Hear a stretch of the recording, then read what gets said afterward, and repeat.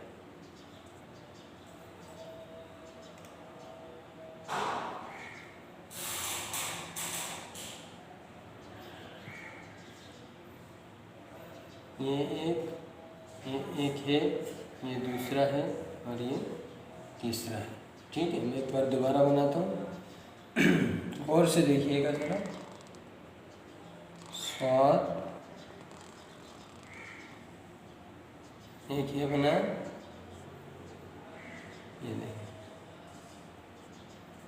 ये है ना वो पान नुमा है ना, उस तरह बनता है, पत्ता नुमा, पान नुमा। ठीक है, वो पिछले सबक में एक बच्चे ने यूं बनाया था, ये गलत है और ये दुरुस्त।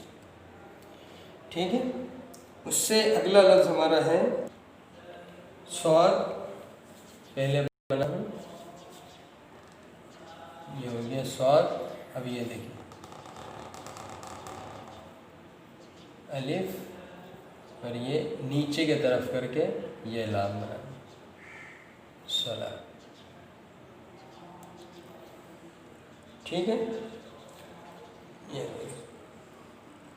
यूं नहीं बनाया, ये गलत। दोबारा मैं एक बार बना देता हूँ दुरुस्त। स्वाद,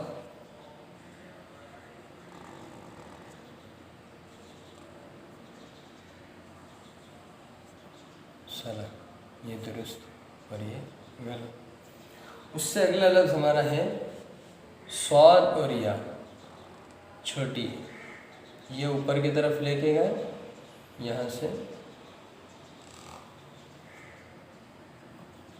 सी। इसकी ये जो या का हिस्सा है ना, स्वाद और इस जगह के बनाने की मशक करिएगा। ये जगह थोड़ा मुश्किल से बनता है, जिसकी वजह से खूबसूरती वगैरह नहीं है। तो बाज़ लोग यूँ बनाते हैं, ये गलत है। ये देखिए किस गोलाई अंदाज से बना है, मैं बना चुका हूँ, उसी तरह आप बनाएंगे। ठीक है, उससे अगला लफ्ज़ और आखिरी लफ्ज़ है स्वाद और ये। ठीक है, बड़ी बनाया स्वाद, शोशा लगाया, उसके बाद